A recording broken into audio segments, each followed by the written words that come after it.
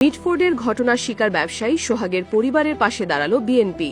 দলের ভারপ্রাপ্ত চেয়ারম্যান তারেক রহমানের পক্ষে তার পরিবারকে সমবেদনা জানানো সহ আর্থিক সহায়তা প্রদান করেছেন দলটির ভাইস চেয়ারম্যান নুরুল ইসলাম মনি।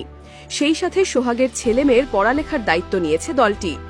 ১৩ জুলাই রোববার বিকেল ৪টায় বরগুনার পাথরঘাটা উপজেলার কাকছিড়া মাধ্যমিক বিদ্যালয়ের মাঠে সহস্রাধিক মানুষের উপস্থিতিতে প্রয়াত সোহাগের পরিবারকে এ সমবেদনা জানানো হয়।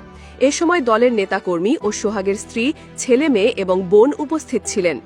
সমবেদনা জানানোর সময় নুরুল ইসলাম মনি বলেন, আমরা ভিডিও ফুটেজে দেখেছি কতটা নির্মমভাবে সোহাগের প্রাণ কেড়ে নেওয়া হয়েছে। আমার সঙ্গে বলার সময় আমাদের নেতা বিএনপির ভারপ্রাপ্ত চেয়ারম্যান তারেক রহমান কান্না করেছেন। আজ সোহাগের স্ত্রী, ২ ছেলে মেয়ে ও পরিবারের লোকজন সোহাগকে হারিয়ে অসহায় হয়ে পড়েছে। এ সময় তিনি দল ও দলের ভারপ্রাপ্ত চেয়ারম্যান তারেক রহমানের পক্ষে থেকে হামলাকারীদের প্রাণদণ্ডের দাবি করলে উপস্থিত নেতাকর্মী ও সাধারণ মানুষ হাত উঁচিয়ে এ দাবিকে সমর্থন জানান।